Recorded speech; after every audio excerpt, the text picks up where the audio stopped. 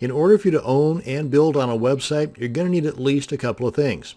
You'll need a domain name. You'll need a tool to get or transfer files from your computer to your website and from your website to your computer. And you're going to need what is called web hosting. Web hosting is what allows individuals and organizations to make their websites accessible to others via the interweb, otherwise known as the World Wide Web. You can see that when you do a Google search here for web hosting, you're going to get over 500 million results popping back at you. So you can see there's no shortage of options to choose from. This video will help you in your search. While it is possible for you, the individual, to have your own hosting service on your own computer at your own home connected to the internet, that's not what I'm going to be talking about in this video, because 99.9% of you will be purchasing web hosting from a company that specializes in hosting websites. You know, kind of like your HostGators or DreamHost, or one of the other bazillion web hosting companies out there. Now, I'm a huge do-it-yourselfer, but hosting sites on my own computer, not so much. Now, before you purchase what you need, you should think a little bit about what you want. What is your end goal here for your website? Now, I know that there will be some changes as your site evolves, but in order for you to get started in the right direction, you should at least have a bit of a plan laid out first. For example, ask yourself these questions and grab your pen and paper and write them down. What is my budget for getting things started? How long will that budget last without any income? Will I need a bunch of traffic just to break even? Will I sell things? And if so, what can I sell? Digital goods, physical goods, or both? Will you be hosting large file downloads? Will you have videos on your site? Will I need a secure connection in order to accept credit cards? These are just some of the questions you should write down and refer back to as you do the research for the hosting service you're looking for. Now, I want to first off point out a good resource to go to and a bookmark, and that's our buddies over at Wikipedia. Just do a search there for web hosting service and you'll end up over here. And if we scroll down a tad bit and under types of hosting, these guys give a great demonstration of each type of possible web hosting you would be interested in.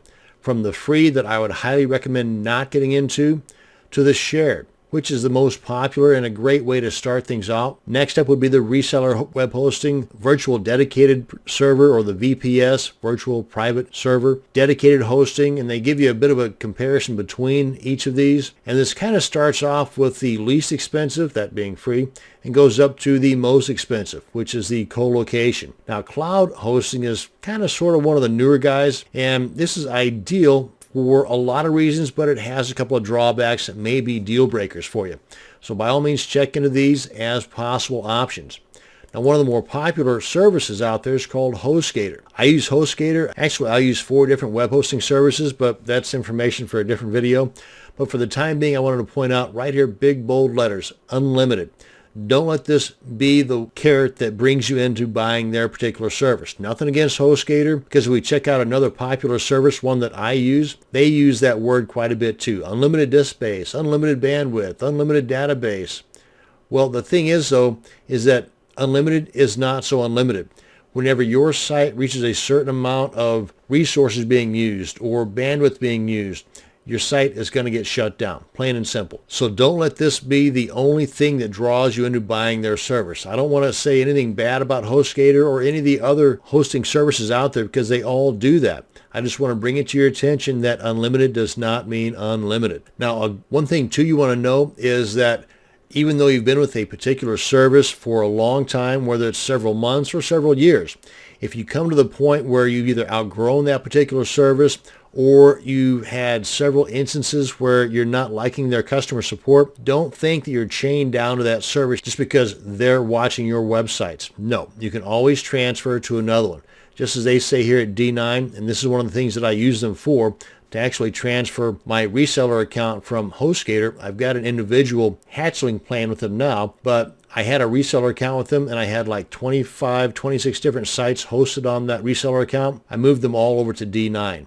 And they did it all for me. So it was like nothing that I had to do except for give them some names and some emails, and bing, bang, boom, they did all the heavy lifting for me. And it was totally free. So just know that you're not chained down to a particular service if you find that their support or whatever reason you feel you should move, go ahead and move. Now, Rackspace has been around for quite a while, and one of their specialties is that cloud server that I was referring to earlier. The major plus of this is that the traffic spikes that you might encounter and that would get your site shut down on a D9 or a HostGator or a DreamHost or Bluehost, on a cloud server, not so much, because the cloud server uses the resources of many different servers, whereas other servers, the VPSs or the dedicated or the shared, they're using one server.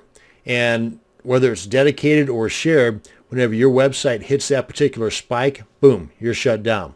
These guys, whenever you hit that particular spike, they share those resources out over other servers. So you never really experience a spike. You never get shut down as a result of using excessive resources. The drawback to a cloud type server is that they are being shared over several different servers. So if privacy is a big issue to you in that respect, I mean, they say that everything's secure, but comparing that to a dedicated server, which is on one physical location, and on a cloud server, it's over the course of several different physical locations. If that's the deal breaker for you, well, you should consider that in deciding on if you're going to move everything to the cloud or not. A couple of tools I want to mention here. Uptime Robot at uptimerobot.com. Totally free, and this is a service that will monitor and alert you when your site or sites are down. They'll send you an email or a text message, and if it happens enough times, you might want to consider that as a way of saying bye-bye HostGator or bye-bye DreamHost. Another neat tool is if you come across a site that loads super fast and you visit it regularly and you never see that it's down and you want to see who their hosting service is, this is the site you want to check out, whoishostingthis.com. Just put in their website here, and it'll give you all those details. Hopefully this video will answer a lot of those questions that you wrote down earlier in helping you determine which hosting service or which hosting package and service is best for you. That's going to bring us to the end of this video on web hosting. Thank you very much for watching, and you have a great day.